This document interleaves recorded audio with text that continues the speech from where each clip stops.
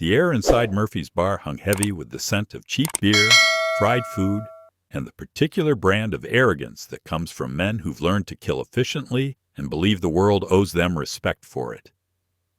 It was a Friday night in San Diego, just 3 blocks from the naval base, and Murphy's was packed with the usual crowd: young operators, seasoned veterans, and the occasional civilian who'd wandered in, not knowing they'd stumbled into a military territory. The bar itself was a relic from another era. Dark mahogany paneling covered the walls, interrupted only by black and white photographs of naval vessels from World War II, framed commendations from various units, and the obligatory neon beer signs that cast everything in shades of blue and amber. The jukebox in the corner played classic rock at a volume just loud enough to require raised voices, but not so loud that conversations became impossible. Behind the bar, Tommy O'Brien, a 62-year-old Navy veteran with a beer gut and kind eyes, moved with the practiced efficiency of someone who'd been serving drinks to military personnel for over 3 decades. Near the back corner, in a booth that offered a clear view of both the entrance and the emergency exit, a strategic position anyone with real training would recognize, sat Kesha Williams. At 35, she carried herself with a stillness that most people mistook for calm. It wasn't calm. It was the kind of controlled awareness that comes from spending years in environments where a single mistake, one moment of inattention, could mean the difference between coming home alive or in a flag-draped box. She was dressed simply: black fitted shirt, dark jeans, worn leather jacket draped over the back of her chair. Her hair was pulled back in a practical ponytail, no makeup except for a touch of lip gloss that had long since worn off. On her left forearm, partially visible beneath the rolled sleeve of her shirt, was a tattoo that would become the catalyst for everything that was about to unfold. Kesha had been sitting there for 40 minutes, nursing a whiskey on the rocks. Maker's Mark, neat, with a single ice cube that had long since melted. She wasn't there to get drunk.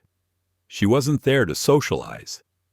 She was there because Commander Richards, her former colleague and current friend, had specifically recommended this place for a very particular reason. He'd told her, with that knowing smile of his, "Kesha, if you want to see what the next generation of operators looks like, spend a Friday night at Murphy's. But be prepared. Some of them need a wake-up call about what real service looks like." She'd known what he meant. In her 15 years of active service that officially didn't exist in any public record, she'd seen the evolution of modern military culture. The good, the bad, and the dangerously arrogant. Young men who confused physical strength with wisdom, who believed their 6 months in a combat zone made them experts on warfare, who'd never learned the most important lesson of all: true power never needs to announce itself. The noise level in the bar rose as another group of sailors entered, their voices loud with the kind of aggressive cheerfulness that comes from too much beer and too little maturity. Kesha didn't turn to look. She'd cataloged their entrance through the reflection in the window beside her. 4 men, mid-20s to early 30s, fit and cocky, probably SEALs or Rangers based on their haircuts and the way they carried themselves. At the bar, Jake Morrison knocked back his 4th shot of tequila and slammed the glass down hard enough to make the bartender wince. At 28, Morrison was everything the recruitment posters promised: 6'2", carved from muscle, with the kind of square jaw and blue eyes that made mothers clutch their daughters a little closer. He'd been a SEAL for 6 years, with 3 deployments under his belt, and he wore his accomplishments like a second skin. Afghanistan, Iraq, and a classified operation in Syria that he wasn't supposed to talk about, but did anyway after his 5th drink. "Tommy!" Morrison shouted, his voice carrying across the bar. "Another round for me and Tony. And make it the good stuff this time, not that watered-down garbage you served those civilians earlier." Tommy O'Brien, who'd been making drinks since before Morrison was born, simply nodded and reached for the top-shelf bottles. He'd learned decades ago that arguing with drunk seals was like arguing with hurricanes, pointless and potentially dangerous. Beside Morrison, Tony Costanos laughed and slapped his friend on the back. Costanos was smaller, 5'10", and wiry, but what he lacked in size he made up for in intensity. Dark hair, darker eyes, and the kind of nervous energy that made him dangerous in a fight. He'd been Morrison's swim buddy through Bud's training and had followed him through every deployment since. Where Morrison led with brute force, Costanos operated with cunning. Together, they were a formidable team. Separately, they were the kind of men who needed constant validation of their superiority. "Hey, waitress," Morrison called out suddenly, his alcohol-blurred vision focusing on someone across the bar. "Bring us another round." The shout echoed through Murphy's, cutting through the country music playing on the jukebox and the dozen other conversations happening simultaneously. Several heads turned. Tommy paused mid-pour, his experienced eyes already anticipating trouble. And in the corner booth, Kesha Williams didn't even flinch. She simply continued stirring the melted ice in her glass, watching the amber liquid swirl in patterns that reminded her of smoke from gunfire and desert wind. She'd heard this tone before, countless times in countless places. It was the voice of someone who'd never been told no, someone who'd confused authority with respect, someone who was about to learn a lesson they'd never forget. But she didn't turn around. Not yet. Some lessons required patience, required allowing the student to dig themselves deeper before revealing how far they'd fallen. Kesha had learned this lesson in places where patience meant survival, where rushing meant death. She could wait. "I don't think she heard you, Morrison," Costanos said, nudging his friend with an elbow. His voice carried that particular mixture of encouragement and mockery that drunk friends use when they're pushing each other towards stupid decisions. "She must be deaf, or maybe just ignoring you because you're ugly." The laughter from their table was loud, performative, designed to draw attention and establish dominance. Several other patrons glanced over, some with amusement, others with the resignation of people who'd seen this play out too many times before. The few civilians in the bar shifted uncomfortably, suddenly aware they were in a space that operated by rules they didn't understand. As well as what? The voice cut through the noise like a scalpel through flesh. Quiet, controlled, precise. It didn't need volume to command attention. Every syllable was measured, every word deliberate.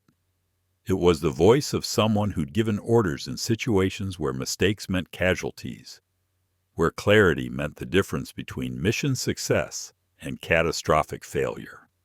Kesha turned slowly in her seat, the movement unhurried and graceful. Her eyes found Morrison and Costanos with the kind of focus that experienced predators use when sizing up potential threats. Not aggressive, not defensive, just aware, completely, absolutely aware. Morrison felt something shift in his chest. He'd been expecting anger, defensiveness, maybe tears. What he saw instead was something he couldn't quite identify. It was in her eyes, in the set of her shoulders, in the way she held his gaze without blinking. For just a moment, his alcohol-fogged brain registered what his training should have told him immediately. This was not someone to underestimate. But the moment passed. Pride, testosterone, and 4 shots of tequila are a powerful combination. Morrison recovered his swagger, leaning back in his chair with a grin that didn't quite reach his eyes. "Nothing, honey," he said, his voice dripping with the kind of condescension that comes naturally to men who've never been seriously challenged by a woman. "We were just joking around. You know how it is." Before we go deeper into this story, take a second and hit that subscribe button, give this video a like, and let us know where you're watching from. I'm curious to know how far these stories travel. Kesha held his gaze for another 3 seconds, long enough to make him uncomfortable, not long enough to seem overtly aggressive, then turned back to her drink. The dismissal was complete and devastating. In the hierarchy of social interactions, she just communicated something very clear. He wasn't worth her continued attention. Morrison's face flushed red. Around them, a few of the older veterans smirked into their beers. They'd seen this dance before, though they didn't yet know how it would end. Tommy O'Brien caught the eye of his bouncer, a former Marine named Rodriguez, who weighed 250 and could defuse situations with a look. Rodriguez nodded slightly, positioning himself near the bar, with the casual alertness of someone who'd broken up dozens of fights. It was Costanos who noticed it first. His eyes, sharper than his friend's despite the alcohol, caught the edge of something on Kesha's left forearm. The sleeve of her black shirt had ridden up slightly when she'd reached for her glass, revealing about 3 inches of intricate ink. "Man," Costanos said quietly, leaning toward Morrison. His voice dropped to a stage whisper that was still loud enough for half the bar to hear. "Look at that tattoo. What the hell's that supposed to be?" Morrison squinted, trying to focus through the pleasant haze of tequila. The tattoo was partially visible, clearly part of a larger design that extended up her forearm. He could make out the head and shoulders of an eagle, but there was something different about it. The lines were precise, almost technical in their execution. The detail was extraordinary, and there were elements he didn't recognize. Small symbols, patterns that seemed military, but weren't from any unit he knew. And Jake Morrison prided himself on knowing units. 6 years as a SEAL, 3 deployments, countless joint operations with Rangers, Marines, Delta Force. He'd seen unit insignias from a dozen countries, could identify special operations tattoos at 50 paces. This one, though, this one was different. "Hey, lady," Morrison called out again, his voice louder now, emboldened by curiosity and alcohol. He pushed back from his table and stood up, swaying slightly. The movement drew more attention. Several conversations stopped. Tommy O'Brien's hand moved closer to the phone beneath the bar. "That tattoo on your arm, what unit is that from?" Kesha continued sipping her whiskey. The ice had completely melted now, diluting the bourbon to exactly the strength she preferred. She'd learned to drink this way in Afghanistan, in makeshift bases where ice was a luxury and patience was survival. She knew Morrison was standing. She knew he was approaching. She knew exactly how many steps separated them and at least 5 ways she could incapacitate him if necessary. But she didn't move. "I've never seen that symbol before," Morrison continued, taking 3 steps toward her table. His voice carried that peculiar mixture of genuine curiosity and mocking suspicion that drunk people use when they've decided someone is lying. "And I know my units, so what is it? Some kind of custom design? Maybe something you saw online and thought looked cool?" Still, Kesha didn't respond. She was counting. 1, 2, 3. How long before he escalated? How long before his pride demanded a reaction? She'd seen this pattern dozens of times. Aggressive personalities who couldn't handle being ignored, who needed dominance like oxygen. It was predictable, almost boring. "I'm talking to you," Morrison said, his voice hardening as he moved closer. He was now standing beside her table, looming over her in a way that was clearly designed to intimidate. His shadow fell across her drink. "That eagle there? What unit did you serve in? Or is it just another one of those fake military tattoos people get to impress others? Stolen valor, you know. It's a real problem." The accusation hung in the air like smoke. Around the bar, the atmosphere shifted. This wasn't just drunk harassment anymore. Morrison had just accused her of one of the most serious offenses in military culture, pretending to have served, stealing the honor and respect that real service members earned through blood, sweat, and sacrifice. Several patrons straightened in their seats. A few stood up. The older veterans, the ones who'd seen real combat in Vietnam and Desert Storm, watched with narrowed eyes. They recognized something in the way Kesha sat, in her controlled stillness, in the way she hadn't flinched once during Morrison's approach. They recognized it because they'd seen it before, in the eyes of men and women who'd done things that would never appear in official records. Kesha finally turned to face Morrison completely. She rotated slowly in her seat, the movement controlled and deliberate until she was looking up at him. The height difference should have given him advantage. Instead, somehow, she seemed to occupy more space than he did. Her presence filled the corner of the bar in a way that made Morrison instinctively take a half step back. "You think I didn't serve?" Kesha asked. Her voice was quiet, but it carried perfectly in the suddenly silent bar. Each word was precisely articulated, with just enough edge to cut without seeming aggressive. "Is that your assessment, soldier?" Morrison swallowed. Something in the way she said soldier, not mockingly, not angrily, just with a particular emphasis that suggested she knew exactly what that word meant and wasn't particularly impressed by it, made his confidence waver. But Costanos had joined him now, standing shoulder to shoulder with his friend, and the audience was watching. There was no backing down. "Look, no offense," Morrison said, though his tone made it clear he meant plenty of offense. "But I've been a SEAL for 6 years. I've been to Iraq, Afghanistan, Syria. I've worked with every special operations unit in the U.S. military and half the ones from allied countries. I know patches, insignias, unit tattoos. That thing on your arm," he gestured dismissively, "I've never seen it anywhere, which means either it's from some logistics unit nobody's heard of, or it's fake."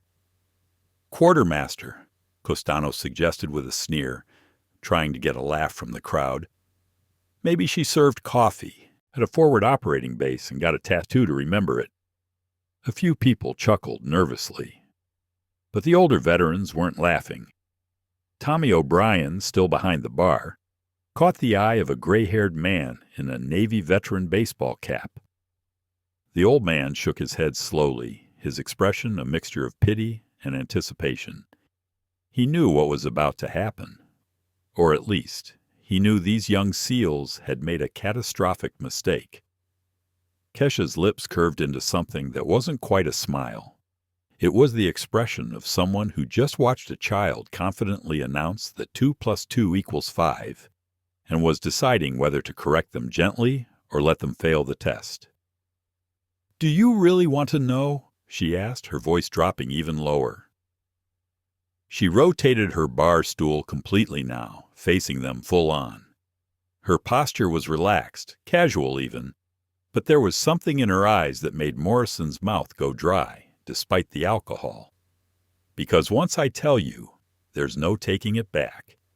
You'll have to live with the knowledge that you spent the last 10 minutes humiliating someone you should have respected. Is that really the choice you want to make tonight?" The warning was clear, explicit. She was offering him an out, a chance to apologize, and walk away with only minor damage to his pride. It was more mercy than he deserved, and everyone in the bar who'd been in real combat knew it. Morrison's jaw clenched. Costanos shifted beside him, suddenly less certain. But pride is a powerful drug, especially when mixed with alcohol and an audience of peers. "Yeah," Morrison said, crossing his arms across his chest. "I really want to know. This should be entertaining. Tell me about your service, ma'am. Enlighten us all about where you got that mysterious tattoo that no real operator has ever seen before." The last word, before, echoed in the suddenly silent bar.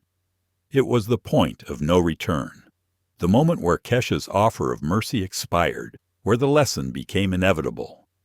Kesha stood up. The movement was fluid, economical, without wasted motion. One moment she was seated, the next she was on her feet. and Morrison realized with a start that he'd underestimated her height. She was at least 5'10", maybe 5'11", with the kind of lean, muscular build that came from functional training rather than bodybuilding.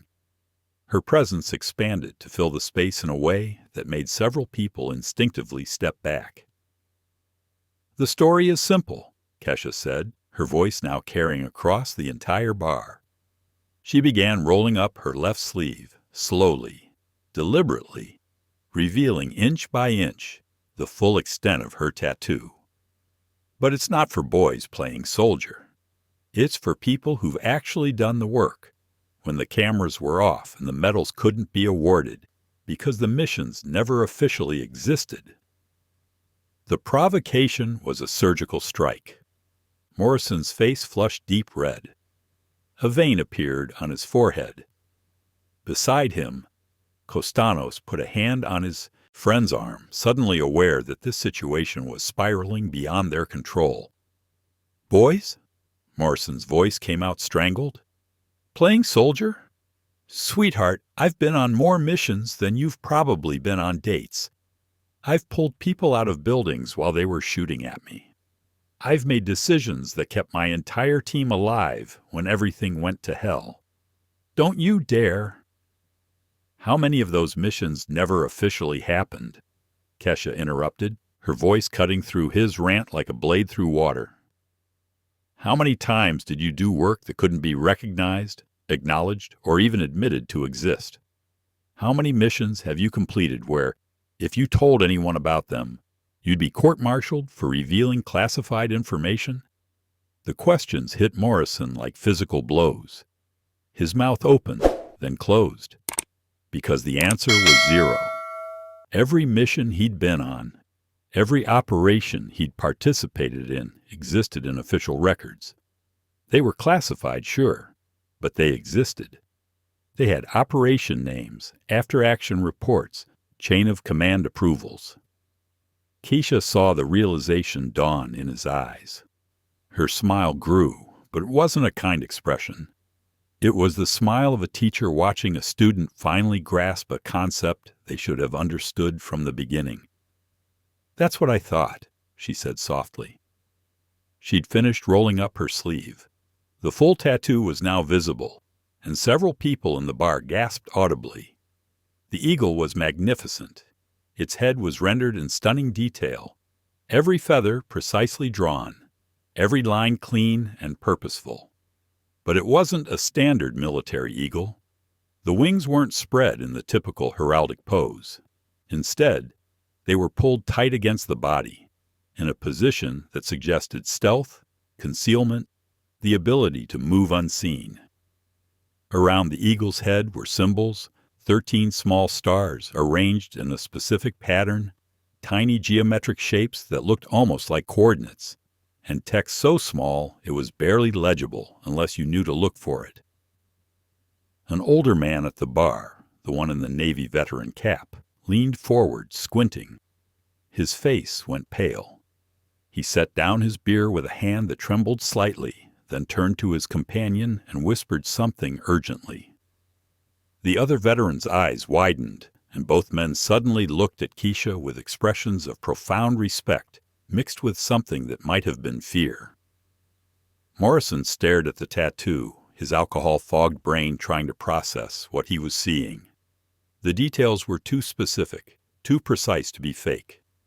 The eagle's feathers had 13 distinct points, each one representing, his training kicked in, the original 13 colonies. But the position of the wings, the small symbols, the way certain elements were shaded, this wasn't something you could just copy from Google Images. "The feathers," Kesha said, her voice taking on the tone of someone delivering a briefing, "have 13 points, representing the original colonies. Standard enough. But the position of the wings," she touched the tattoo gently, "indicates active combat status in operations beyond standard military designation. The symbols here," she pointed to the geometric shapes, "represent specific mission profiles in territories where U.S. forces were never officially present. And these," she indicated the tiny stars, Each one represents a completed objective that, if successful compromise occurred, could have triggered international incidents with allied nations. The technical specificity of her explanation silenced even the background noise in Murphy's bar. Everyone was listening now. Even the jukebox seemed to have quieted, though that might have been imagination. Afghanistan, 2009, Kesha continued, her eyes never leaving Morrison's face. Except officially, I was never there. Officially, the base where this photo was taken didn't exist. Officially, the equipment you'd see if I showed you proof didn't become operational until 2012. She reached for her wallet, and both Morrison and Costanos tensed. Rodriguez, the bouncer, shifted his weight, ready to intervene. But Kesha simply extracted a small worn photograph and placed it on the table between them. The image showed 5 people in combat gear that Morrison didn't immediately recognize. The uniforms were dark, almost black, with minimal insignia. They stood in what appeared to be a makeshift operations center. Computers, communications equipment, tactical maps on the walls. But the technology visible in the background was wrong, too advanced, the kind of equipment he'd only started seeing deployed in 2015 or later. In the center of the group stood a younger version of Kesha Williams. Same intense eyes, same confident posture, but with a hardness around her mouth that suggested she'd seen things that would break most people. Around her, 4 others, 3 men, 1 woman, all with the same look. The look of operators who worked beyond the official chains of command. Afghanistan, 2009, Kesha repeated. Operation Phantom Echo. Objective: eliminate 3 high-value targets who were coordinating terrorist activities across the Pakistan border. Secondary objective: retrieve intelligence on a planned attack that would have killed at least 200 American service members. She paused, letting the information sink in. Except Operation Phantom Echo doesn't exist in any official record. The base we operated from was dismantled within 72 hours of mission completion. The 3 targets we eliminated? Her voice dropped lower. Officially, they died in a drone strike that officially never happened in a location where U.S. forces officially weren't operating. Morrison picked up the photograph with hands that shook slightly. Costanos leaned over his shoulder, both of them studying the image with growing unease. The photo had the grain and color quality of something from 2009, not something recently faked. The equipment in the background, the terrain visible through the windows, the wear patterns on the uniforms, all of it spoke to authenticity. This could be photoshopped, Costanos said, but his voice lacked conviction. Anyone can put their face on a military photo nowadays. True, Kesha agreed, taking the photo back and carefully returning it to her wallet. Anyone can fake anything if they try hard enough. But ask yourself this: why would I bother? What possible benefit would I get from sitting in a military bar alone, wearing a complex military tattoo, and carrying around fake photos of operations that don't exist? The question hung in the air. It was a good question, a logical question, and neither Morrison nor Costanos had a good answer. Attention, Kesha said softly, but the word carried command. Validation, a sense of importance. She shook her head slowly. If I wanted attention, I'd sit at the bar, or something more revealing, and flirt with young SEALs who think 6 years of service makes them experts on warfare. If I wanted validation, I'd join veteran groups on Facebook and post "thank you for your service" memes. But instead, I'm sitting in the corner, minding my own business, drinking whiskey and hoping not to be bothered. She stepped closer to Morrison, close enough that he could smell her perfume. Something subtle, not flowery, and underneath it, something else. Gun oil, the faint scent of weapon lubricant that never quite washes out of your clothes if you've spent enough time around firearms. But you couldn't leave it alone, Kesha continued, her voice dropping to barely above a whisper. Only Morrison, Costanos, and the few people nearby could hear now. You saw a woman with a military tattoo, and your brain immediately jumped to fake. Because in your worldview, women don't serve in the kinds of units that earn tattoos like this. Women serve in logistics, in administration, maybe as pilots or intelligence analysts, but not in direct action, not in the kind of operations where mistakes mean body bags and success means absolutely nothing because the mission never officially happened. That's not, Morrison started, but she cut him off with a look. Don't insult me by pretending otherwise. I've seen that look 1,000 times. The assumption that because I'm a woman, because I'm black, because I don't walk around broadcasting my service, that I must be somehow less than, that my experience isn't valid, that my sacrifices don't count. The words were delivered without anger, without heat. They were simply statements of fact, observations made by someone who'd seen this pattern play out too many times to be surprised or hurt by it anymore. But underneath the calm was something else, a deep, profound disappointment that made Morrison feel smaller than any shouting could have achieved. I didn't mean... Morrison tried again, but his words trailed off because he had meant it. Maybe not, consciously, maybe not deliberately, but the assumptions had been there. The automatic dismissal of her credentials based on nothing more than her gender and her race. Costanos, who had been silent for the last few minutes, finally found his voice. Look, if we made a mistake... If? Kesha's eyebrows rose. There's no if here, gentlemen. You did make a mistake. Multiple mistakes.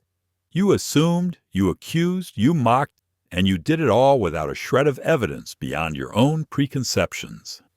She turned to address the rest of the bar, her voice rising just enough to carry. That's the problem with the new generation of operators. Too much confidence, not enough wisdom. Too much pride, not enough humility. Several of the older veterans nodded in agreement. One of them, a man who looked to be in his 70s with a Marine's cap and hands scarred from decades of hard work, raised his beer in a silent salute to Kesha. She nodded back, a gesture of mutual respect between people who'd seen things civilians couldn't understand. You want proof? Kesha asked, turning back to Morrison and Costanos. Real proof, not just a photo you can dismiss as photoshopped. She pulled out her phone. I can make a call right now. One call, and you'll get all the confirmation you need. But I want something from you first.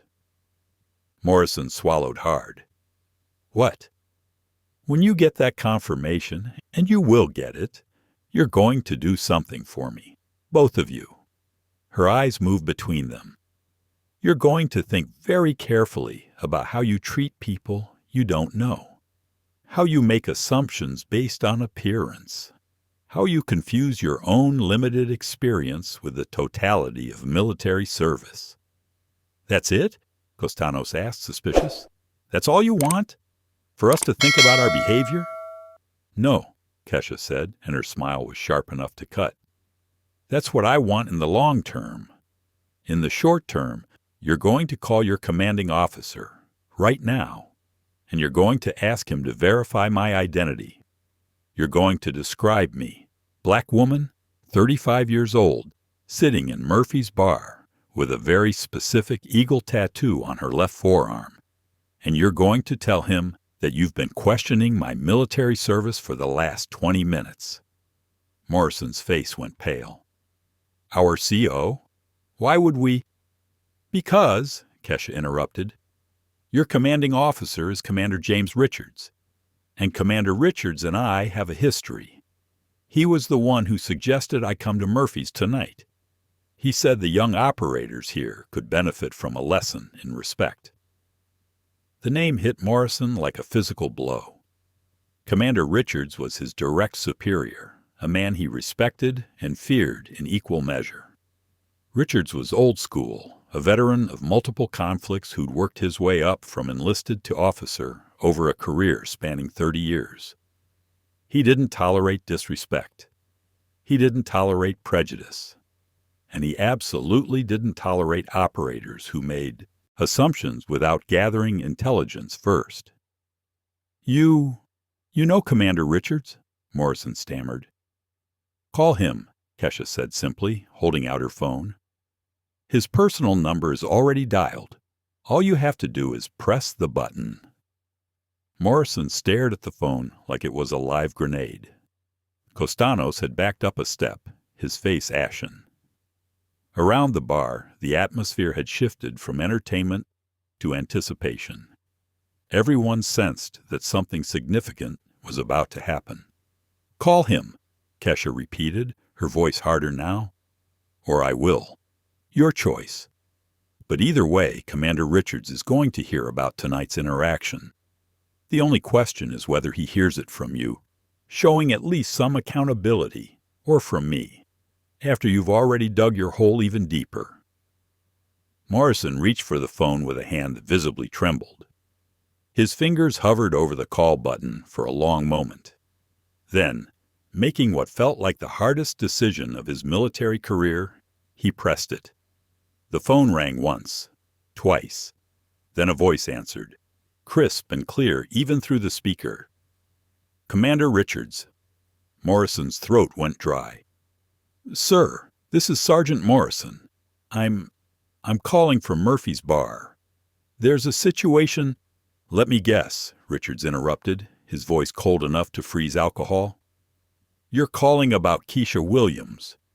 And you've spent the last half hour questioning her service, mocking her tattoo, and generally making a complete fool of yourself in front of half the bar. The silence that followed was so complete that everyone could hear Morrison's harsh breathing. Costanos made a small sound in the back of his throat, somewhere between a whimper and a groan. How did you— Morrison began.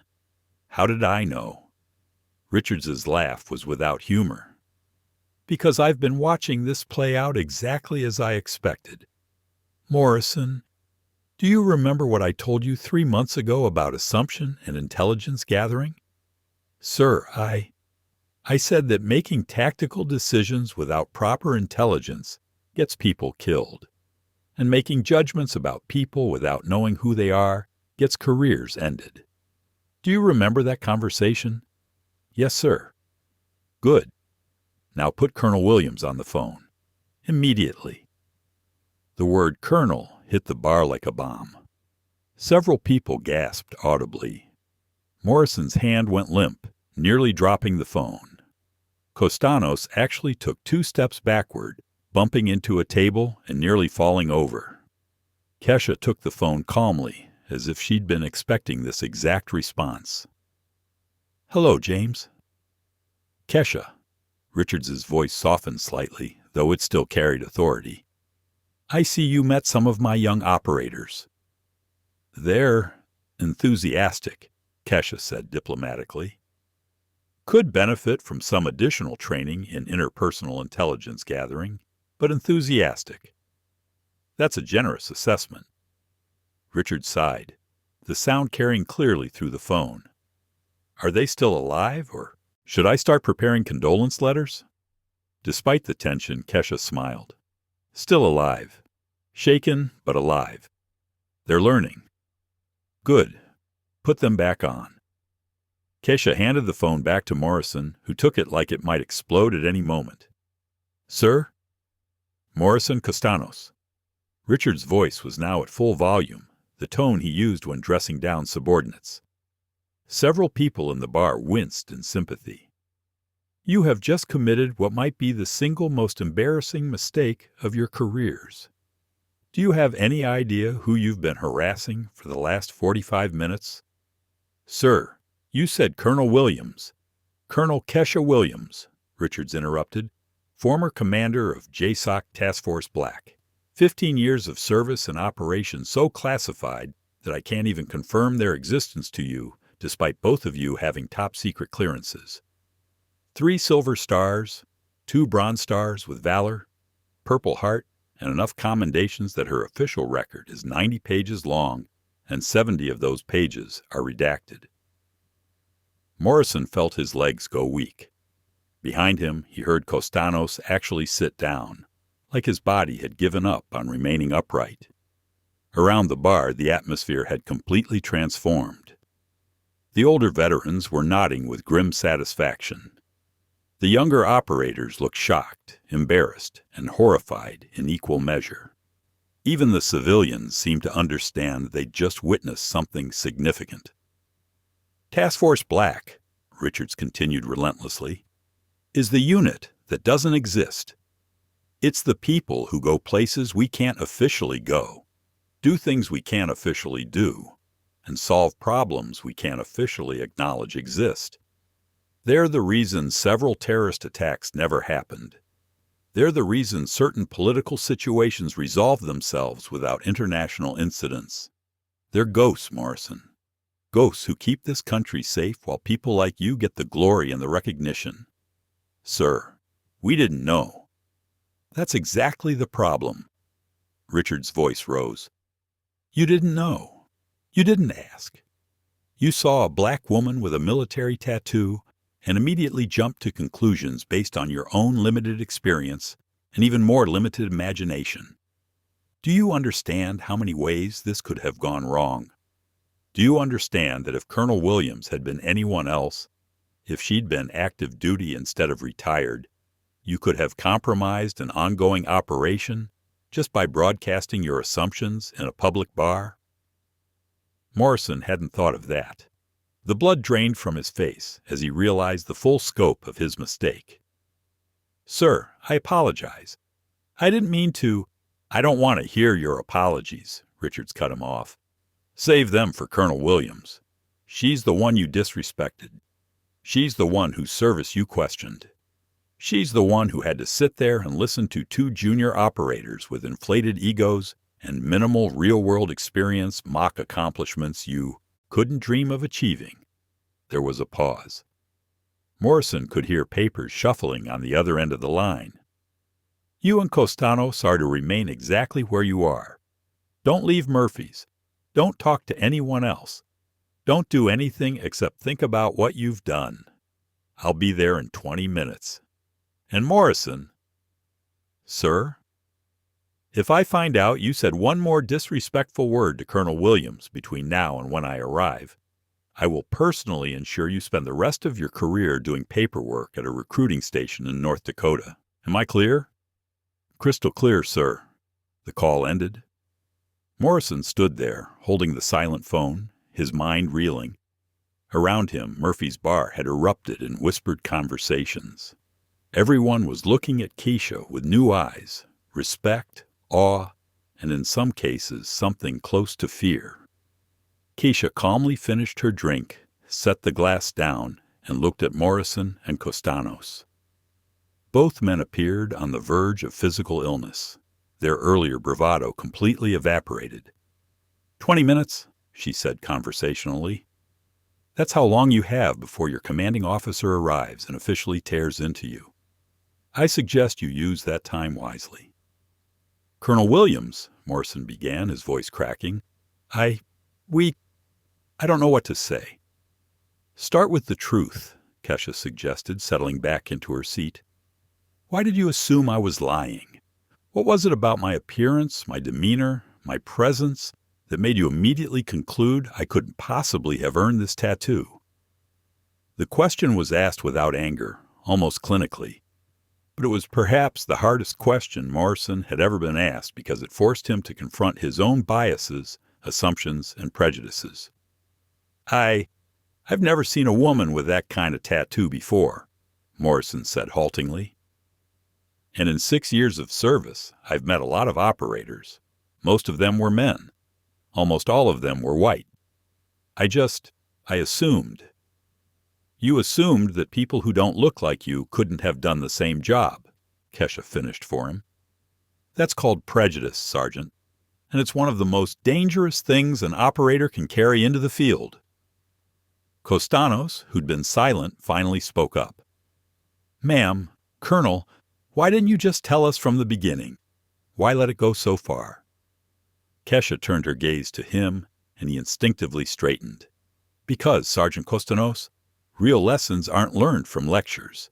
They're learned from mistakes, from consequences, from the feeling of shame and embarrassment that comes from realizing you were completely, utterly wrong about something you were completely, utterly confident about. She leaned forward slightly. If I'd told you immediately who I was, you would have apologized. You would have been embarrassed. But you wouldn't have learned. You would have written it off as a weird coincidence, a one-time mistake. But now, she gestured at the bar, at the dozens of witnesses at the phone Morrison still held. Now you'll never forget this night. Every time you see someone who doesn't fit your preconception of what a soldier should look like, you'll remember Murphy's Bar. You'll remember me. And you'll think twice before making assumptions. The logic was undeniable. Brutal, but undeniable. The older Navy veteran, who'd recognized something earlier, approached their table. Up close, Morrison could see the man's name was embroidered on his cap. Patterson. His eyes, faded with age but still sharp, looked between the young SEALs and Kesha. "Colonel Williams," Patterson said, his voice respectful. "I served in Afghanistan in 2010. Different unit, different mission, but—" He hesitated. "I heard stories. Things that officially never happened. Things that saved a lot of lives." Kesha nodded slightly. "Different stories, same war. There was a convoy," Patterson continued, his voice taking on the tone of someone sharing a sacred memory. "Supposed to be routine supply run. But intelligence said there might be an ambush. The operation got called off at the last minute. Officially because of mechanical issues with the vehicles. But those of us who were there, we knew better." He looked at Morrison and Costanos. Somebody had been watching that route. Somebody had identified the threat. Somebody had made sure our convoy never went down that road. We never found out who. It was just listed as intelligence from classified sources. "A lot of things get attributed to classified sources," Kesha said diplomatically. "Yeah," Patterson agreed. "A lot of things." He extended his hand, and Kesha shook it firmly. "Thank you. For whatever you did, wherever you did it. Thank you." After Patterson returned to his seat, the bar remained subdued. The usual Friday night energy had been replaced by something more contemplative. Several other veterans approached Kesha over the next few minutes, offering similar thanks, sharing similar stories of missions that went right for reasons they were never officially told. Morrison and Costanos sat at their table, both nursing water now, the alcohol buzz completely gone, replaced by a horrible clarity about what they'd done. They'd humiliated themselves. They'd disrespected a superior officer. Technically, Kesha was retired, but her rank still carried weight. They'd revealed their own prejudices in front of dozens of witnesses. And worst of all, they'd proven themselves to be exactly the kind of narrow-minded, assumption-driven operators that made the military look bad. "Do you think—" Costanos began quietly, then stopped. "What?" Morrison asked, though he wasn't sure he wanted to hear the answer. "Do you think our careers are over?" Morrison considered the question. Richards had been clear about his fury. The entire bar had witnessed their behavior. And Kesha Williams, Colonel Kesha Williams, had every right to file official complaints that would follow them forever. "Maybe not over," Morrison said slowly, "but definitely changed. We're not going to forget this, and neither is anyone else who was here tonight." He looked at Kesha, who was speaking quietly with Tommy O'Brien, the bartender.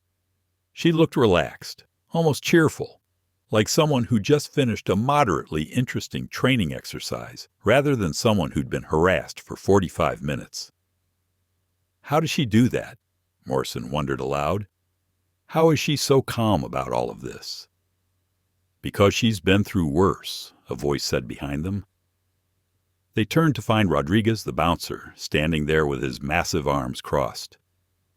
"You two idiots spent an hour being disrespectful." She spent 15 years in places where being captured meant torture and death. This? He gestured at the bar. This is nothing to her.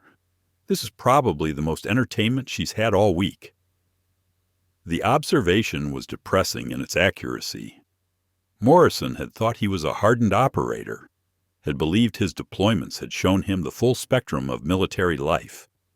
But Kesha Williams operated on a different level entirely, one he was only now beginning to comprehend. The door to Murphy's opened, and Commander James Richards entered. He was 52 years old, 6 feet tall, with gray hair cut military short and eyes that could strip paint at 50 paces. He wore civilian clothes, jeans, a button-down shirt, but his bearing was unmistakably military. Behind him came 2 other officers that Morrison recognized with growing dread. Colonel Martinez, head of Special Operations for the entire West Coast, and Major Thompson from Internal Affairs. The bar went completely silent. Every conversation stopped. Every person turned to watch as Richards walked directly to Kesha's table, stood at attention, and executed a perfect military salute.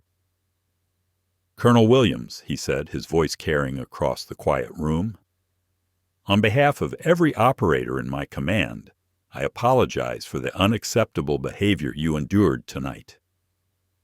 Kesha stood and returned the salute. "At ease, Commander. Your operators are young. They're learning. Sometimes the lessons are harder than others." "Permission to speak freely, ma'am." "Always." Richards dropped the formal tone slightly, though his respect remained evident.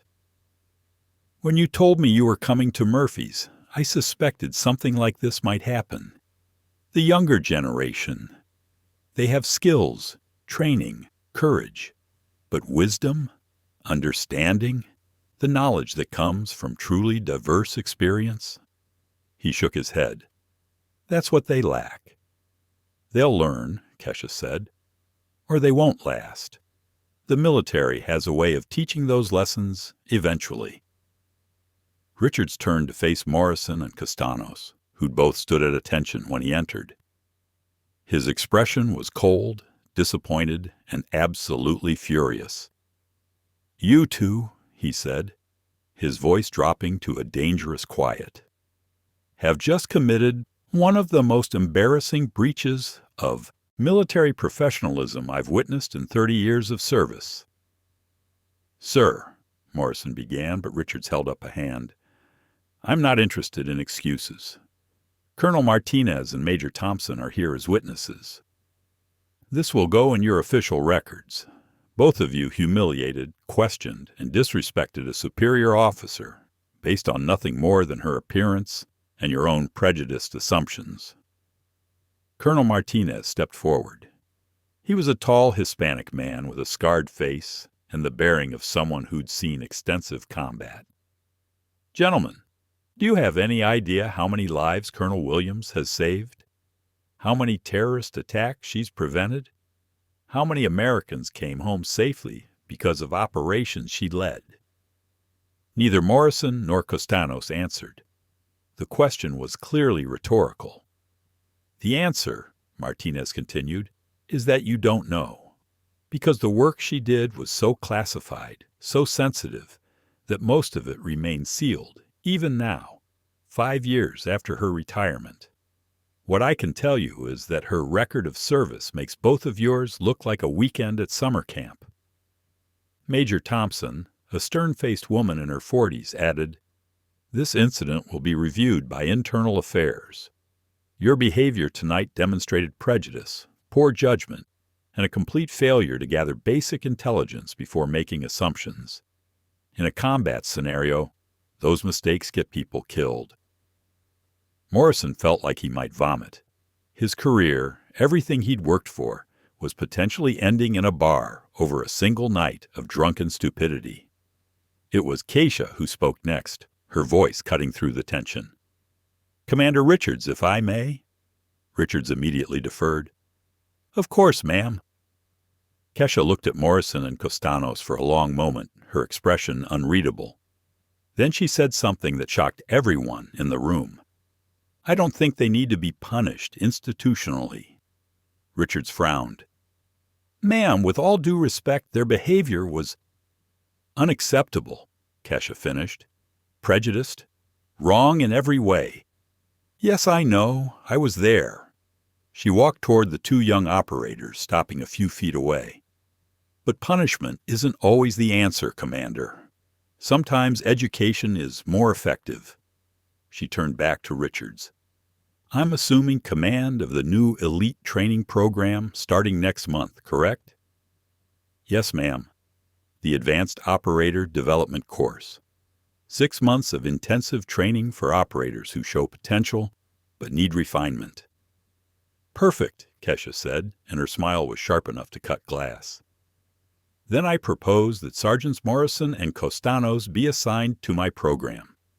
They'll spend the next 6 months learning what real service looks like. They'll understand the difference between confidence and arrogance. They'll learn to recognize prejudice in themselves and others.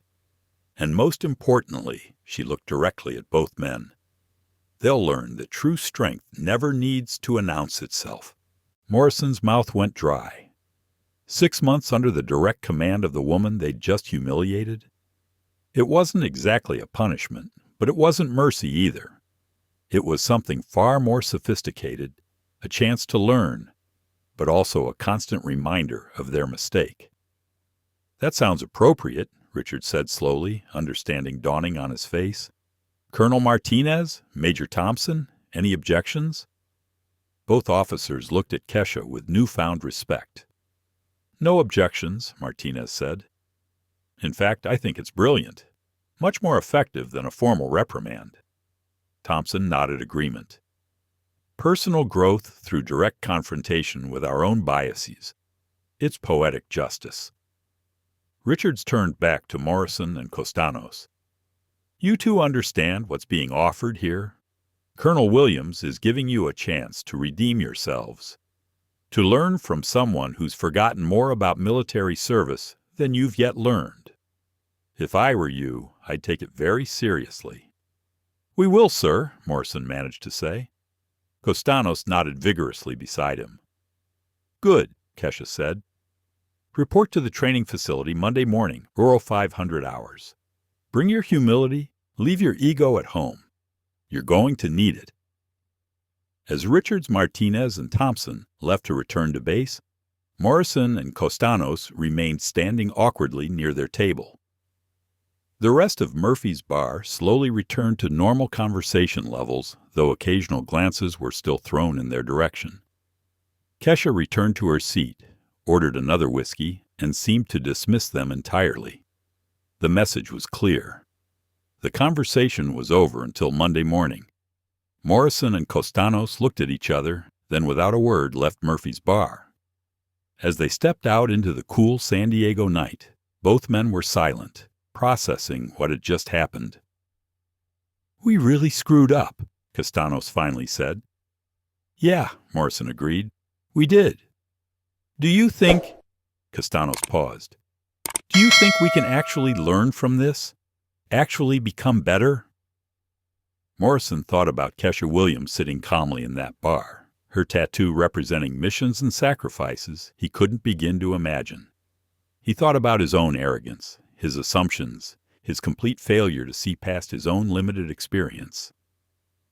I don't know, he said honestly, but I think we'd better try, because if tonight taught me anything, it's that I don't know nearly as much as I thought I did. Inside Murphy's, Kesha finished her whiskey and checked her phone. A text message from Commander Richards. Thank you for handling that with grace. Those boys needed that lesson. She typed back. They're young. They'll learn. Or they won't. Either way, it's their choice now. Another message came through, this one from an unknown number. This is Colonel Martinez. I wanted to say it's an honor to finally meet you. Your reputation precedes you, though most of it is classified above my pay grade. Kesha smiled and replied, The best operations are, the ones nobody ever hears about. Tommy O'Brien approached with another whiskey, this one on the house. That was something else, he said quietly. I've been running this bar for 30 years. I've seen a lot of military drama, but I've never seen anyone handle a situation like that. Experience, Kesha said simply. I've diffused situations in places where the wrong word could start international incidents. This was relatively easy. Those boys are lucky you're giving them a second chance. Everyone deserves a second chance, Kesha replied, sipping her whiskey. The question is whether they're smart enough to take it seriously. Patterson, the older Navy veteran, approached one more time before leaving. Colonel Williams, I just wanted to say, what you did tonight was important. Those young operators needed to hear what you told them. But more than that, everyone in this bar needed to see it. Needed to understand that service comes in many forms, from many different people. Thank you, Kesha said genuinely. That means more than you know. After Patterson left, Kesha sat alone in her corner booth, watching the bar return to its normal Friday night rhythm. She thought about the 15 years she'd spent in shadows, doing work that could never be acknowledged, solving problems that officially didn't exist. She thought about the missions that had gone right and the ones that had gone wrong. She thought about the teammates she'd lost, the enemies she'd eliminated, the innocent lives she'd saved, and the moral compromises she'd made. And she thought about Morrison and Costanos, two young operators who just learned a hard lesson about assumptions and prejudice. Would they actually change? Would they become better officers, better people? Or would they simply resent her for exposing their biases? Time would tell. She finished her drink, left a generous tip for Tommy, and walked out of Murphy's bar into the San Diego night. The air was cool, carrying the salt smell of the nearby ocean. In the distance, she could see lights from the naval base, where thousands of service members worked, trained, and prepared for missions both public and secret. Somewhere out there, in bases she'd never officially been to, were other operators doing work she'd done. Younger now, trained on better technology, but facing the same fundamental challenges. How to serve your country when the service can never be acknowledged. How to maintain your humanity when the work requires you to do inhumane things. How to find pride in accomplishments that can never be celebrated. She'd spent 15 years answering those questions. Now, in her retirement, though she'd never truly be retired from the military community, she could help the next generation understand what real service meant. Before we continue, take a second and share your thoughts so far on this story below. I read every single one.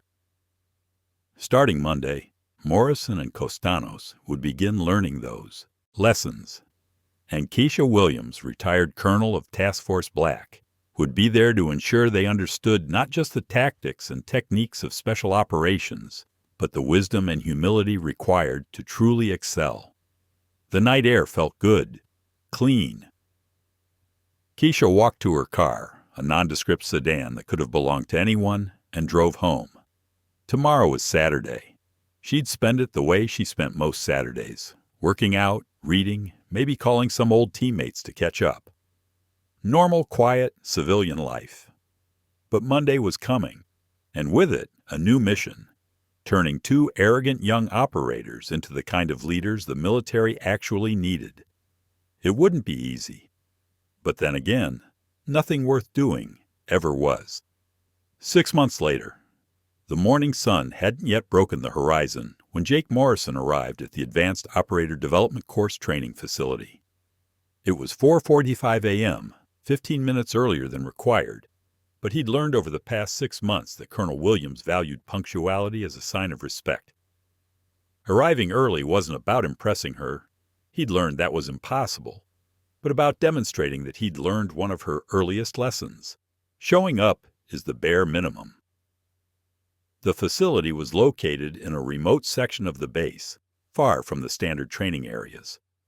It consisted of several nondescript buildings surrounded by varied terrain, urban mock-ups, wooded areas, open fields, and even a section designed to simulate desert conditions. Everything here was designed to push operators beyond their physical limits into the realm of psychological and ethical challenges. Tony Costanos arrived moments later, and the two men exchanged a nod. Their friendship had deepened over the past 6 months, forged not through shared victories, but through shared humiliation, growth, and the gradual realization of how little they'd actually understood about military service. "Ready?" Costanos asked. "Never am," Morrison admitted. "But that's the point, I think." The door to the main building opened, and Colonel Kesha Williams emerged. She was dressed in standard PT gear, black running shorts, gray Army t-shirt, running shoes. At 35, she looked like she could outrun, outfight, and outthink anyone on the base. The past 6 months had proven that assessment accurate. "Gentlemen," she said, her voice carrying across the quiet morning, "final evaluation day. Everything you've learned over the past 6 months comes down to the next 12 hours. Questions?" "No, ma'am," both men responded simultaneously. "Good. Follow me." She led them into the building and down a corridor to a briefing room. Inside, a large tactical map covered one wall, marked with symbols and notations they'd learned to read over their training. On a table lay folders marked "Confidential," though they all knew the contents weren't actually classified, just designed to simulate real operational planning. "Your mission," Kesha began, without preamble, "is to plan and execute a hostage rescue operation in a hostile urban environment. You'll have a team of 6 operators under your command, all trained instructors playing the role of your unit. The hostages are 3 NGO workers being held by an extremist cell in a compound designed to mirror the ones we encountered in Mosul." Morrison felt his heart rate increase. This was it, the culmination of 6 months of the most intense training he'd ever experienced. "The catch," Kesha continued, and Morrison's stomach dropped, because there was always a catch, "is that one of the hostages is a deep-cover intelligence asset. This person's identity cannot be revealed, even to your team. If the asset's cover is blown during the rescue, the mission is a failure, even if all 3 hostages survive." Costanos leaned forward. "How do we identify the asset without blowing their cover?" "That," Kesha said with a slight smile, "is part of the challenge. You'll need to use the intelligence-gathering skills we've developed over the past 6 months. Observation, pattern recognition, subtle questioning without revealing your purpose." She handed them the folders. "You have 2 hours to plan. Then the operation begins. I'll be observing throughout, along with Commander Richards and Colonel Martinez. Your performance today determines whether you pass this course and whether you'll be recommended for advanced roles within special operations." Morrison opened his folder and began reading. The intelligence report was detailed: building layout, guard positions, hostage locations, potential complications. But hidden within the data were clues about which hostage might be the intelligence asset. It would require careful analysis, creative thinking, and the kind of nuanced understanding they'd spent 6 months developing. The 2 hours passed in intense focus.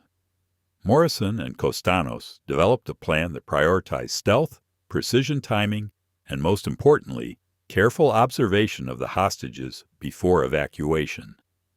They identified 3 potential indicators that might reveal which hostage was the asset: body language, positioning within the compound, and responses to rescue.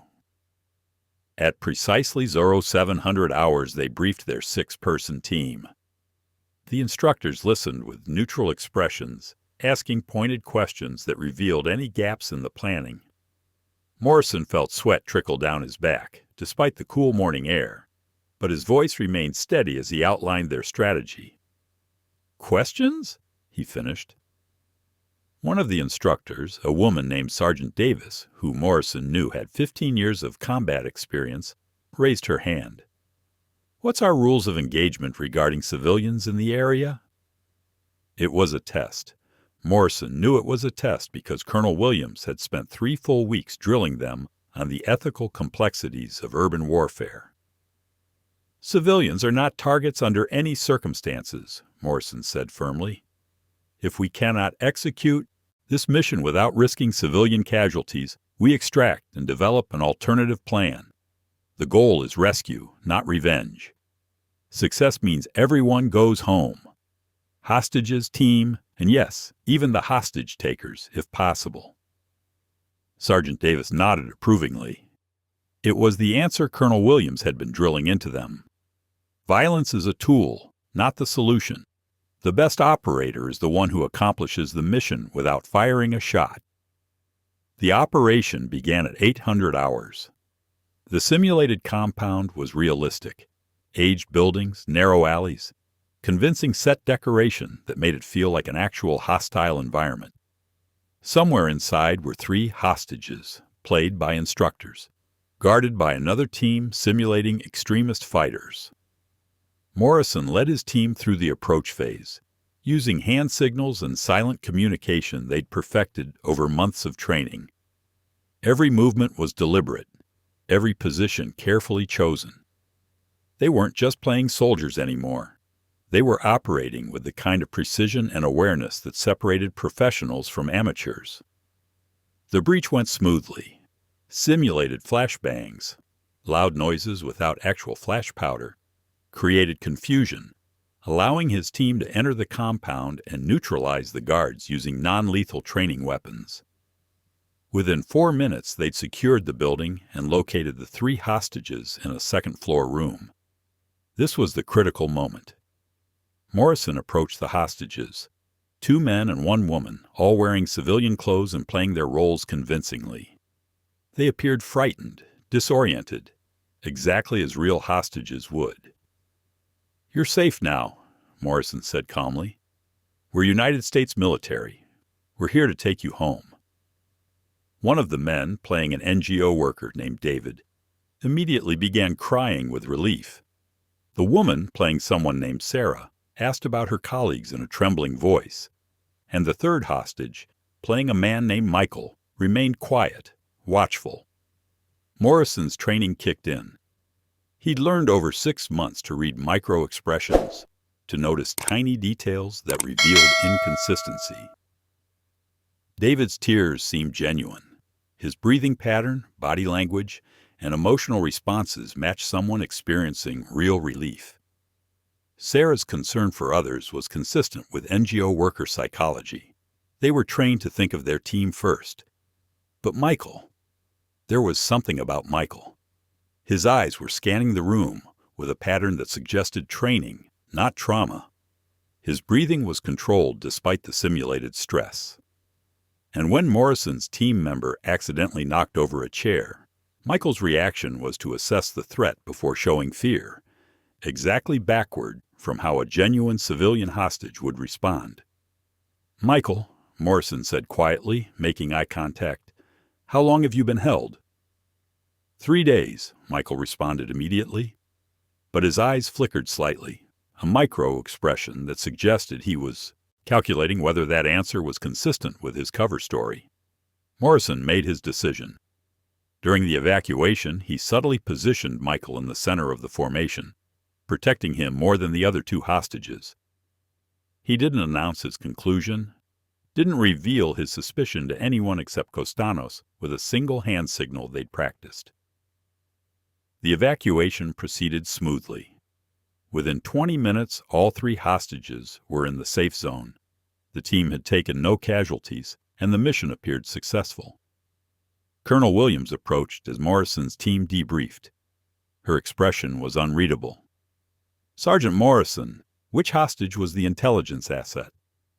Morrison swallowed hard. This was it.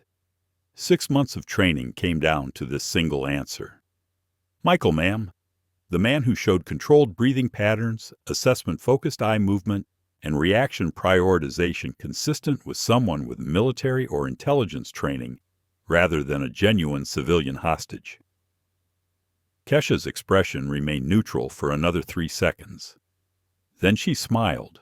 Not a full smile, but the slight upturn of lips that Morrison had learned meant approval. "Correct. Sergeant Davis, could you please bring Michael to explain his performance?" The hostage approached, now out of character. It was actually Lieutenant Commander Patterson, a Navy SEAL with 12 years of experience who'd been playing the role. "Sergeant Morrison," Patterson said, "I've been playing hostage in these exercises for 3 years.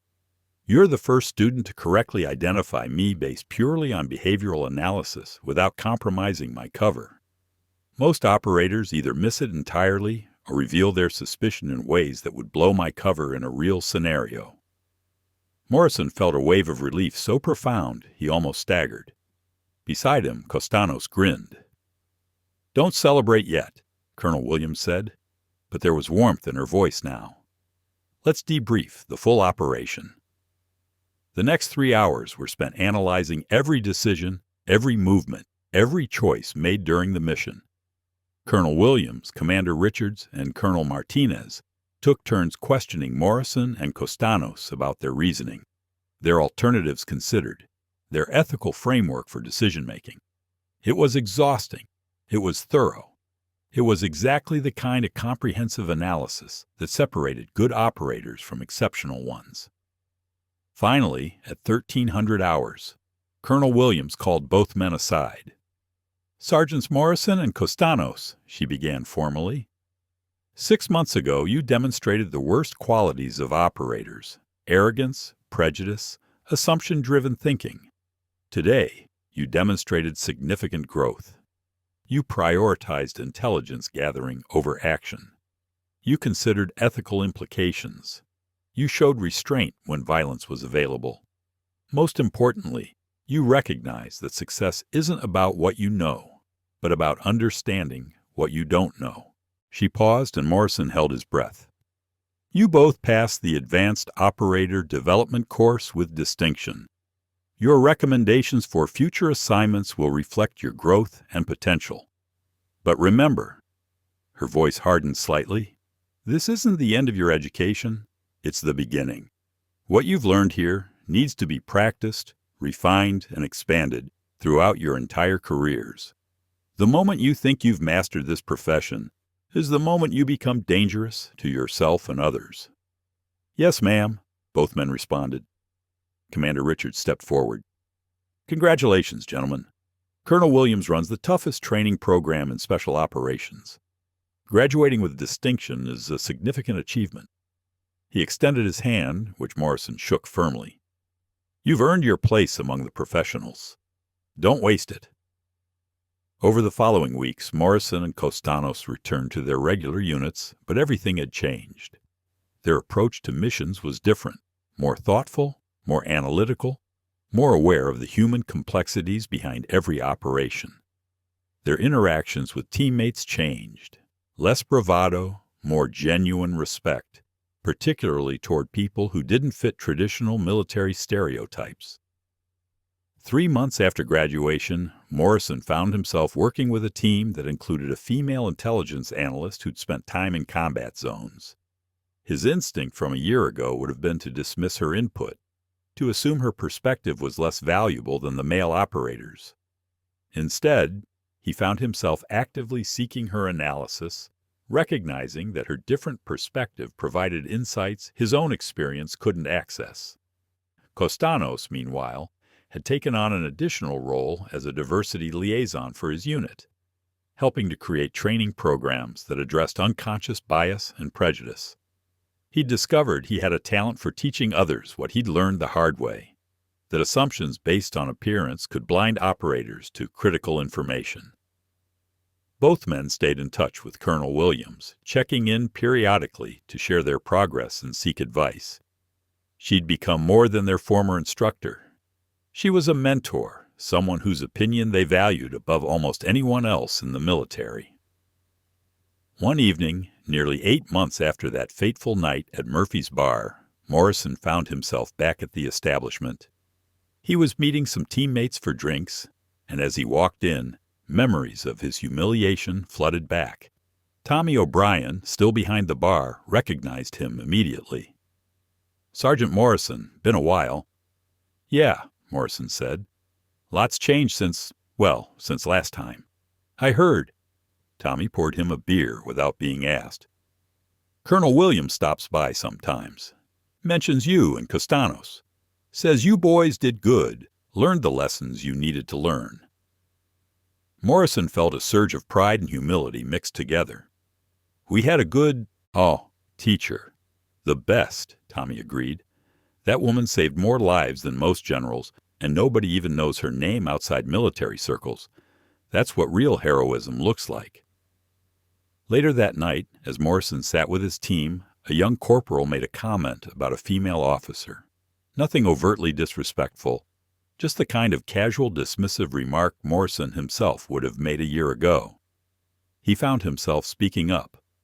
Hey, can I share something with you all? About a year ago, I made some assumptions about someone based on their appearance. Turned out that person had more combat experience than everyone at this table combined. Turned out I was being an idiot who confused my limited experience with comprehensive knowledge. The table went quiet, listening. Point is, Morrison continued, we all have biases. We all make assumptions. But good operators recognize that and actively work against it. Because in our line of work, underestimating someone, ally or enemy, can get people killed. He told them about Colonel Williams, about Murphy's Bar, about the 6 months of training that had transformed his understanding of what it meant to serve. The story took nearly an hour, and by the end, several of his teammates were nodding thoughtfully. So what happened to the colonel? One of them asked. Is she still teaching? Teaching, consulting, doing whatever the military needs from someone with her experience, Morrison replied. She's also writing a book about modern special operations, though most of it will probably be classified for another decade.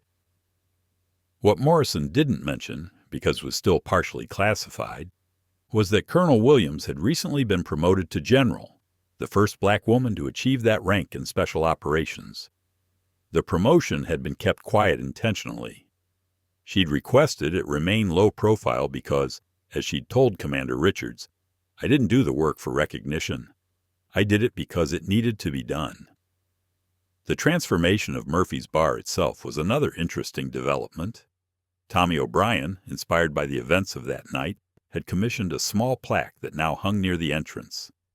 Official Establishment of Honor, General Kesha Williams, where assumptions were challenged and lessons were learned.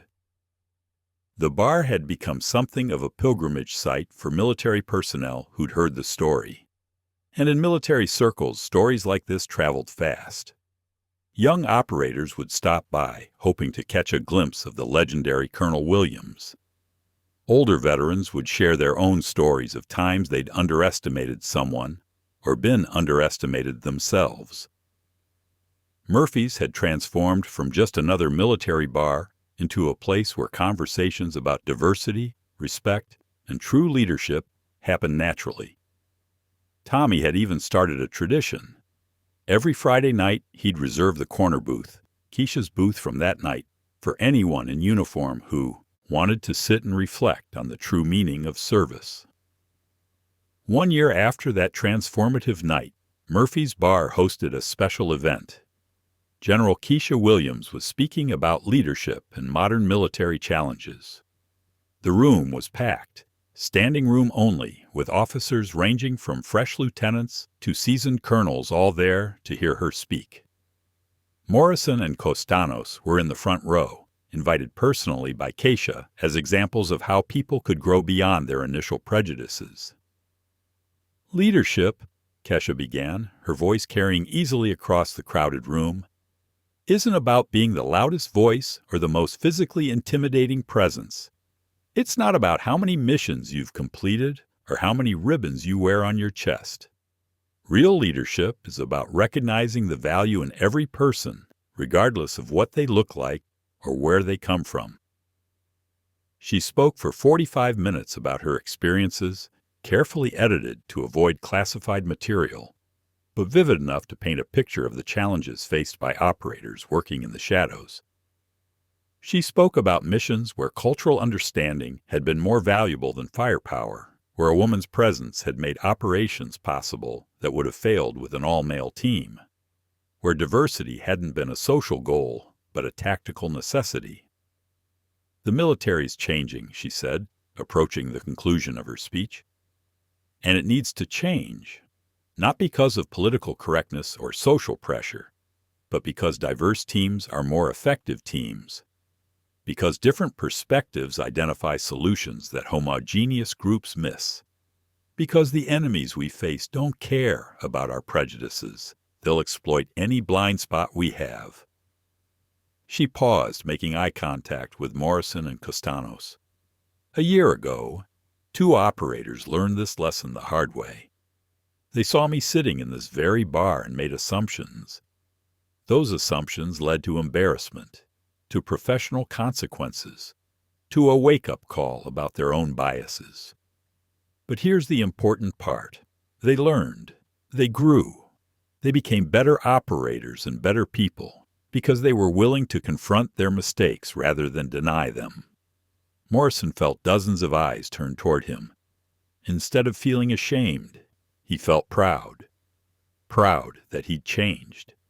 Proud that he'd been given the chance to learn. That's what I want to leave you with tonight, Kesha concluded.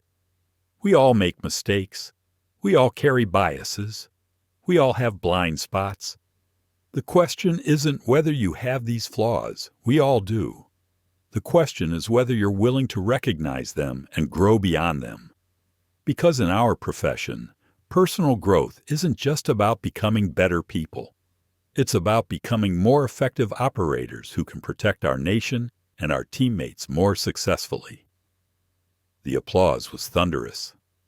As Kesha stepped away from the podium, dozens of people approached to shake her hand, to thank her, to share their own stories of growth and transformation.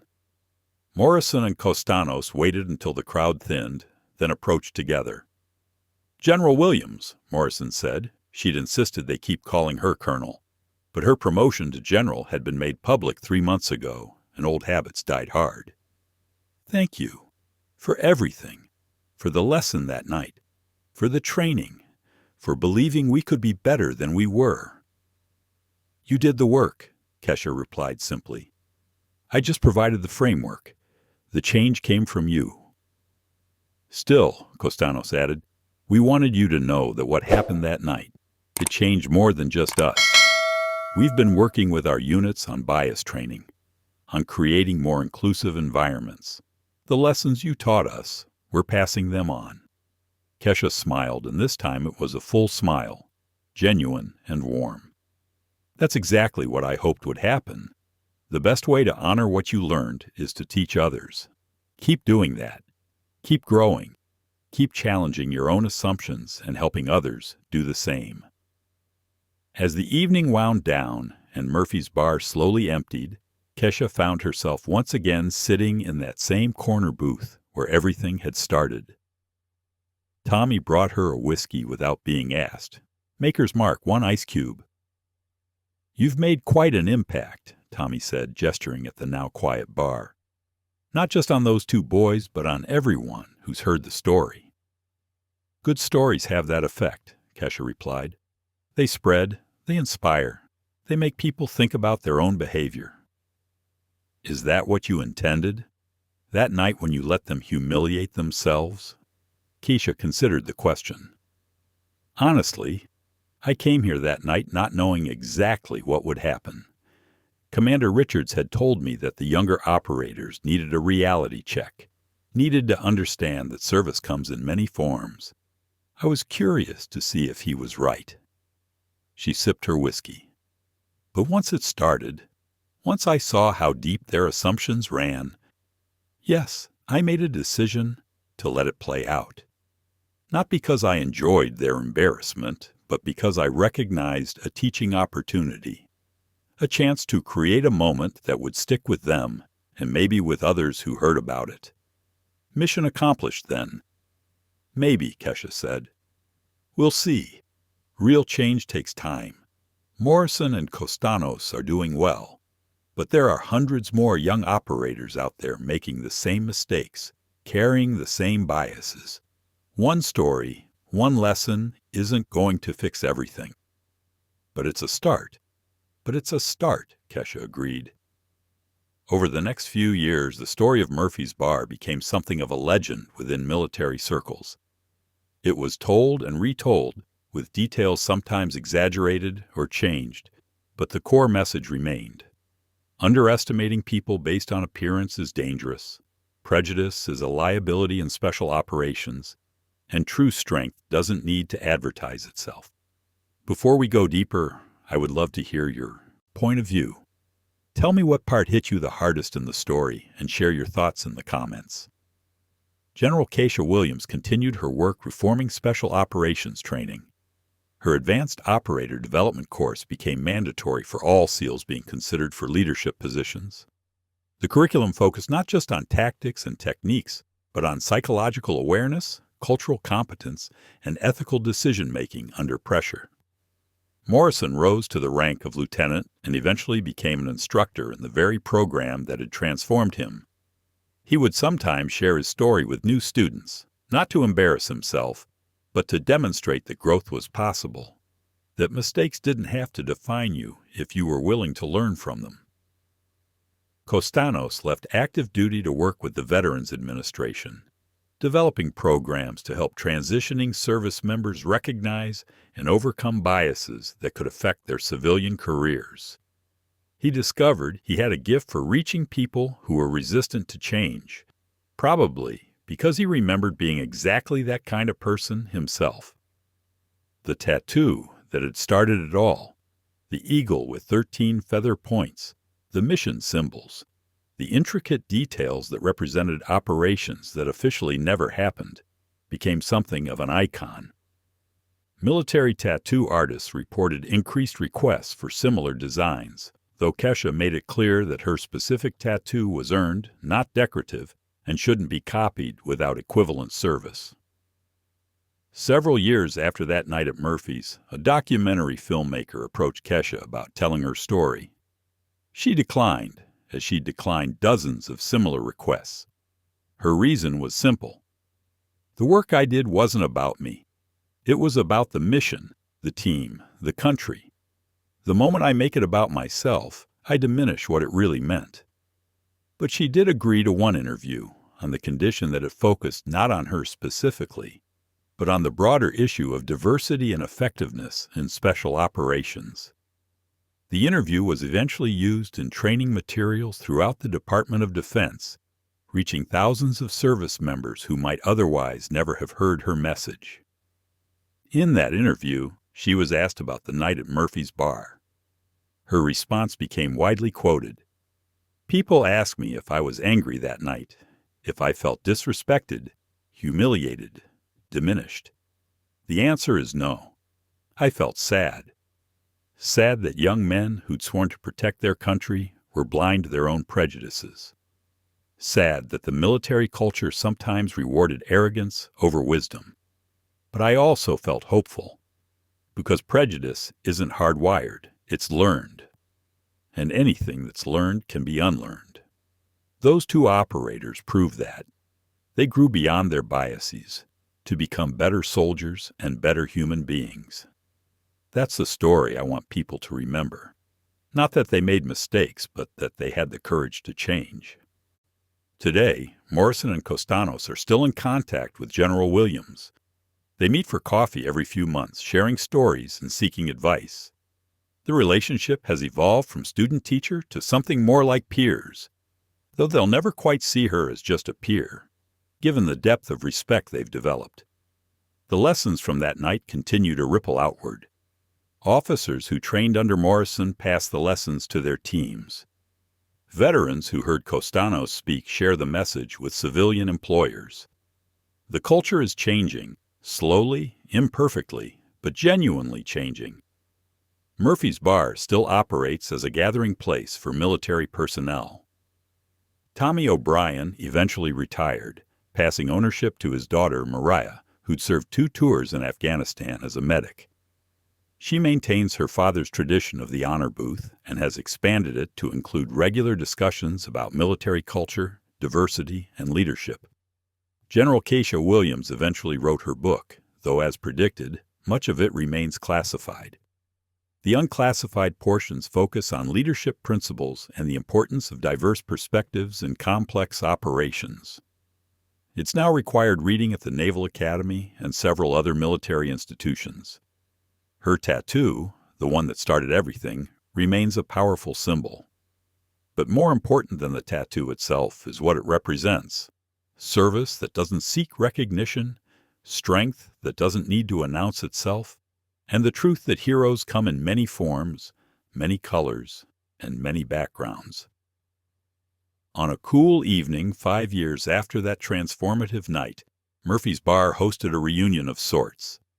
Morrison, now a captain, and Costanos, despite having left active duty, were both present. General Williams, technically retired, but still consulting on special operations training, arrived to find the bar decorated with photographs from her career, all carefully selected to avoid classified material, but impressive nonetheless. "What's all this?" she asked, genuinely surprised. "This," Marie O'Brien said, "is Murphy's way of saying thank you. Thank you for showing us that real strength doesn't need to shout. Thank you for teaching generations of operators about respect, humility, and the value of every person. And thank you for that night 5 years ago, when you could have destroyed 2 young men's careers, but instead chose to educate them." Kesha looked around at the assembled crowd, veterans from multiple conflicts, young operators just starting their careers, civilians who'd been touched by the story of transformation and growth. She felt emotion well up, but controlled it with the same discipline she'd applied to everything else in her life. "I didn't do this alone," she said quietly. "Every mission I ran, every operation I commanded, every lesson I learned, it was a team effort. The credit belongs to every person who served with me, every teammate who covered my mistakes, every superior who gave me opportunities I hadn't earned yet but grew into." She paused, looking directly at Morrison and Costanos. "And it belongs to people like these 2 men, who had the courage to face their own flaws and work to overcome them. That's harder than any combat mission. Fighting an enemy is easy. Fighting your own prejudices, your own ego, your own limitations, that takes real courage." Morrison stepped forward. "General Williams, on behalf of everyone here, I want to say something. 5 years ago, I was an arrogant kid who thought 6 years of service made me an expert. You showed me I was wrong, not by punishing me, but by educating me. You gave me a chance to become better. That gift has shaped every day of my life since." Costanos nodded. "And the lesson has spread. We're not perfect. We still make mistakes, still have biases we're working to overcome. But we're trying. Every day, we're trying to live up to the example you set." The applause that followed was genuine, heartfelt. Kesha accepted it with the same grace she'd shown throughout her career, neither dismissing the praise nor letting it inflate her ego. As the evening progressed, people shared their own stories. Veterans who'd been inspired to confront their biases. Young officers who'd changed their leadership approach after hearing about Murphy's Bar. Civilians who'd applied the lessons of respect and humility in their own workplaces. What had started as one embarrassing night had snowballed into a movement. Not an organized, formal movement, but an organic shift in how people thought about prejudice, assumption, and growth. Late in the evening, after most of the crowd had dispersed, Kesha found herself once again in that corner booth. Morrison and Costanos joined her, along with Commander Richards, who'd retired from active duty but remained involved in military education. "You know," Richards said, nursing a beer, "when I told you about Murphy's Bar that first time, I expected you'd give those boys a verbal dressing down. I didn't expect all this." He gestured at the bar, at the legacy that had developed. "Neither did I," Kesha admitted. "I just wanted them to understand that they didn't know everything, that their assumptions were limiting them. I had no idea it would become this significant." That's how real change happens, Morrison said. One person, one moment, one decision to educate rather than punish. It ripples outward in ways you can't predict. True leadership, Costanos said, isn't about commanding people. It's about inspiring them to be better than they thought they could be. You did that for us. We try to do it for others. The conversation continued late into the night. They talked about missions, the ones they could discuss, and the many more they couldn't. They talked about the state of modern military operations, about challenges facing the next generation of operators, about how technology was changing warfare, but human nature remained constant. Eventually, the conversation came back to that night 5 years ago. "Do you ever regret how you handled it?" Richards asked Kesha. "Some people thought you should have formally reported them, had them disciplined through official channels." Kesha thought for a long moment before responding. "No, I don't regret it. Formal discipline would have ended their careers, or at least severely limited them. They would have learned that prejudice carries consequences, but they wouldn't have learned why prejudice is wrong. They wouldn't have grown beyond it. Instead, they became teachers themselves. They became agents of change. That's worth more than any punishment could have achieved." She looked at Morrison and Costanos, genuine warmth in her expression.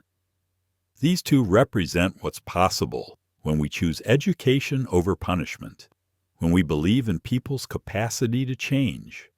They made mistakes, serious mistakes, but they owned those mistakes, did the work to overcome their biases, and came out better for it.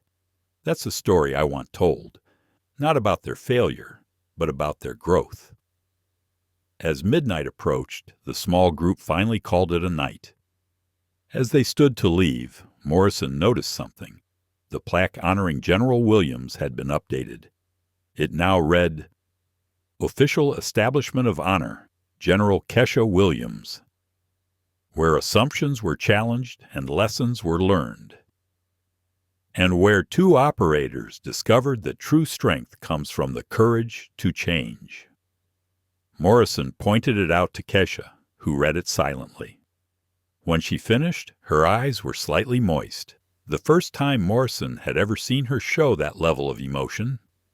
"Thank you," she said simply, "for learning, for growing, for proving that people can be better than their worst moments." They walked out of Murphy's Bar together, General Kesha Williams, Captain Jake Morrison, and civilian advocate Tony Costanos. Three people whose lives had been forever changed by one night of confrontation, education, and transformation. The San Diego night was cool, the stars visible despite the city lights. Somewhere on the nearby naval base, young operators were training, preparing for missions they might never be able to discuss. Some of them carried the same prejudices Morrison and Costanos had once held. Some of them would make similar mistakes. But the story of Murphy's Bar was out there now, spreading through military culture like ripples across water. And maybe, just maybe, some of those young operators would hear it and think twice before making assumptions. Maybe they'd recognize their own biases and work to overcome them. Maybe they'd learn that true power never needs to announce itself, and that heroes come in every color, every gender, every background imaginable. That was General Kesha Williams' true legacy. Not the classified missions, not the lives saved, not the operations that officially never happened.